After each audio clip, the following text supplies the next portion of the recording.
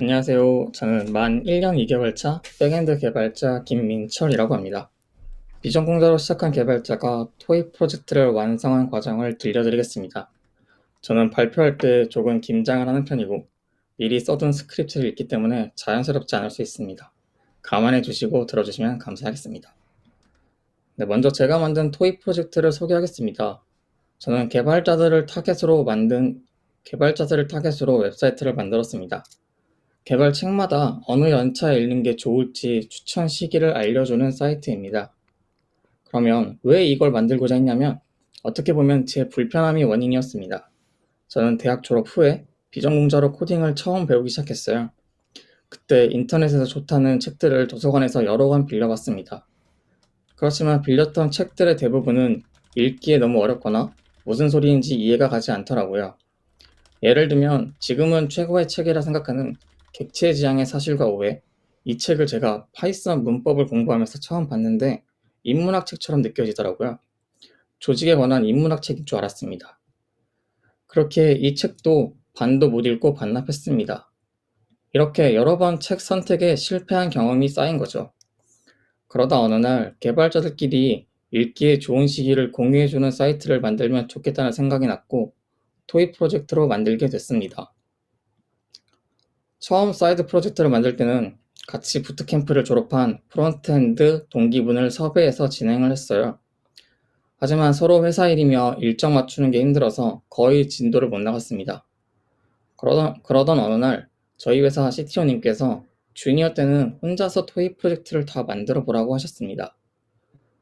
백엔드 개발자도 프론트엔드를 어느 정도 알아야 된다는 생각을 가지고 있었기에 혼자 만들기로 결심합니다. 프론트엔드는 처음에 리액트를 먼저 해봤어요.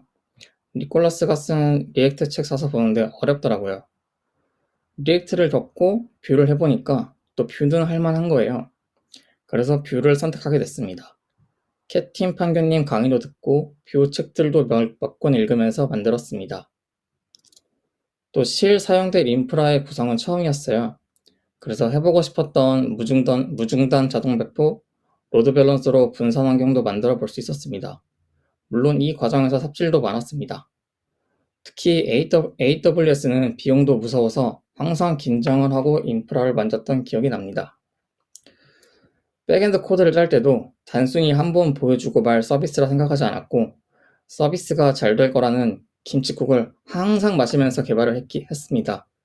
그렇기에 성능과 유지보수를 신경 쓰며 코드를 짤 수밖에 없었습니다.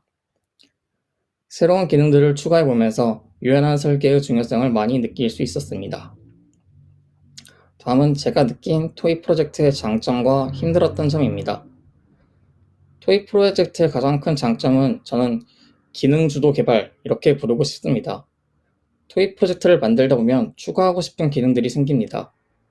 제 사이트에서 검색을 할 수 있는데 검색을 하게 되면 맨 위에 인기 검색어가 나옵니다. 처음에 인기 검색어는 생각도 못 해봤어요. 하지만 만들다 보니까 인기 검색어를 알려주면 좋을 것 같았습니다. 단순히 검색어와 검색된 횟수만 저장시켜주면 되니까 키밸류 저장소인 레디스가 생각났습니다. 그래서 알아보니까 레디스에는 sorted set 혹은 zset이라고도 말하는 자료구조를 제공해줍니다. 이 자료구조는 밸류의 숫자형 데이터를 스코어로 같이 저장을 합니다. 그리고 이 스코어를 바탕으로 항상 정렬된 채로 데이터를 가지고 있습니다. 그렇기에 정렬이 필요한 데이터를 따로 정렬하지 않고도 쉽게 가져올 수 있습니다. 반대로 데이터를 추가할 때마다 정렬이 일어나니까 이 부분도 신경을 써야 합니다. 그러면 또 생각을 하게 되는 거죠. 그러면 검색될 때마다 매번 레디스와 통신을 해야 할까? 엘라스틱 캐시에서 레디스를 쓰고 있는데 조금이라도 통신을 줄여보자 이런 생각이 들었습니다. 그래서 검색어를 모으고 있다가 하루에 2번 일정 시간에 스케줄러를 이용해서 보내게 변경을 했습니다. 그렇지만 제 인프라 환경은 2대의 서버에서 운영하고 있는 분산 환경입니다. 같은 시간에 레디스에 데이터를 보내기에 동시성 문제가 발생할 수 있습니다.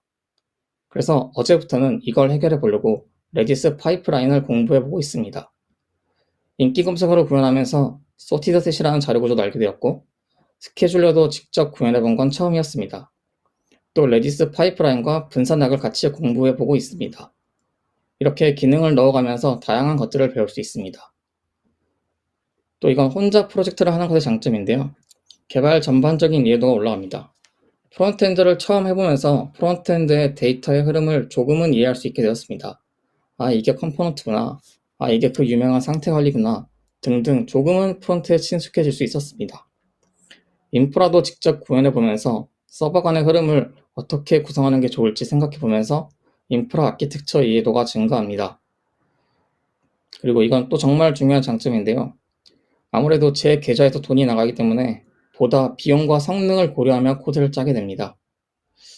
그렇지만 뭐니 해도 가장 큰 장점은 생각한 것들이 구현이 되면서 뭐든 만들 수 있을 것 같은 자신감이 엄청 올라갑니다.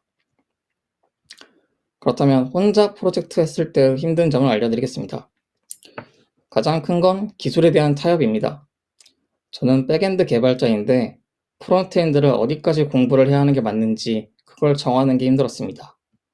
예를 들면 페이지네이션을 무한 스크롤로 구현하고 싶었습니다. 메인 화면을 보면 각 책마다 차트가 있습니다. 캔버스 태그를 이용해 차트를 그려주고 있는데요. 무한 스크롤로 새로운 데이터가 나올 때 차트가 안 그려지는 문제가 발생했습니다. 분명 네트워크에서는 백엔드에서 보낸 데이터가 잘 왔는데도 말이죠. 이게 해결이 잘 안 되더라고요. 그때 막 머릿속에서 생각이 듭니다. 아, 난 백엔드 개발자인데 이거 캔버스 태그 때문에 이렇게 계속 시간 쏟는 게 맞는 건가? 이렇게 프론트 쪽에서 문제가 바로바로 해결이 안 될 때, 시간을 많이 쏟았는데도 해결이 잘 안 될 때, 어느 정도에서 타협하고 넘어가야 될지 결정하는 게 힘들었습니다. 그래서 여기선 전통적인 페이지네이션으로 그냥 구현했습니다. 다음은 일정 관리와 기억력입니다. 혼자 하다 보니까 미뤄지는 게 있습니다. 제 경우는 막 다른 걸 하다 보니까 2달, 3달, 한 번도 안 볼 때도 있었거든요. 그렇기 때문에 오랜만에 보면 기억이 잘 안 납니다. 내가 이렇게 구현했다고? 이 코드가 의미하는 게 뭐였지? 등등 막 기억이 잘 나지 않습니다. 그렇게 전 프로젝트 일지 같은 걸로 기록을 틈틈이 해두는 걸 추천드립니다. 혹시나 토이 프로젝트 아이디어를 고민하고 계시다면 공공 API 또는 카카오 네이버 API에서 데이터를 받아오고 가공하는 형식을 추천해 드립니다. 네, 그리고 제 기획에 관한 자세한 얘기는 제 블로그에서 확인해 볼 수도 있고 코드들은 GitHub에서 모두 확인해 볼 수 있습니다. 들어주셔서 감사합니다.